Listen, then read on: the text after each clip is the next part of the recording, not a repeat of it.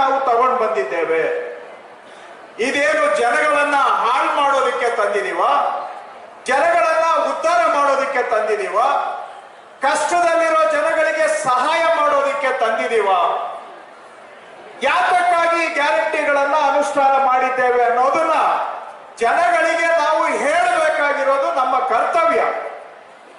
ಆ ಕಾರಣಕ್ಕಾಗಿ ನಾವು ಈ ಸಮಾವೇಶವನ್ನ ಮಾಡ್ತಾ ಇದ್ದೇವೆ. ಕಳೆದ 10 ವರ್ಷದಲ್ಲಿ ದೇಶದಲ್ಲಿ ಏನಾಗಿದೆ?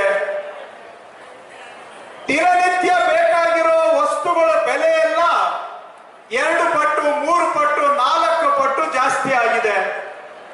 ಒಂದು ಕಾಲದಲ್ಲಿ ಡೀಸೆಲ್ ಪೆಟ್ರೋಲು ಈ ದೇಶದಲ್ಲಿ 60-65 ರೂಪಾಯಿಗೆ ಸಿಗ್ತಾ ಇತ್ತು.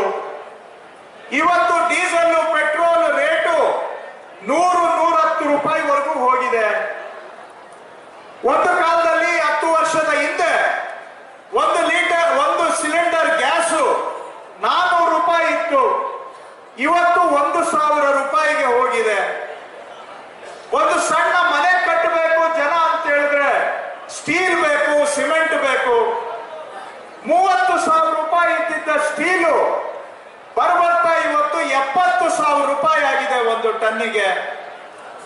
250 ರೂಪಾಯಿ ಇದ್ದಿದ್ದ ಸಿಮೆಂಟು 500 ರೂಪಾಯಿ ಮೇಲೆ ಹೋಗಿದೆ ಇವತ್ತು. ಬೇಳೆ ತಗೊಳ್ಳಿ, ಎಣ್ಣೆ ತಗೊಳ್ಳಿ, ಸಾಮಾನ್ಯ ಜನ ಉಪಯೋಗಿಸುವ ಎಲ್ಲಾ ವಸ್ತುಗಳ ರೇಟು ಜಾಸ್ತಿ ಆಗಿದೆ. ರೇಟುಗಳೆಲ್ಲ ಜಾಸ್ತಿ ಆಗಿದ್ದಾವೆ. ಆದ್ರೆ ಜನಗಳ ಸಂಪಾದನೆ ಜಾಸ್ತಿ ಆಗಿದೆಯಾ? ಜನಕ್ಕೆ ಬರೋ ಆದಾಯ ಜಾಸ್ತಿ ಆಗಿದೆಯಾ? ಬರೋ ಆದಾಯ ಅಷ್ಟಕ್ಕಷ್ಟೇ ಇದೆ.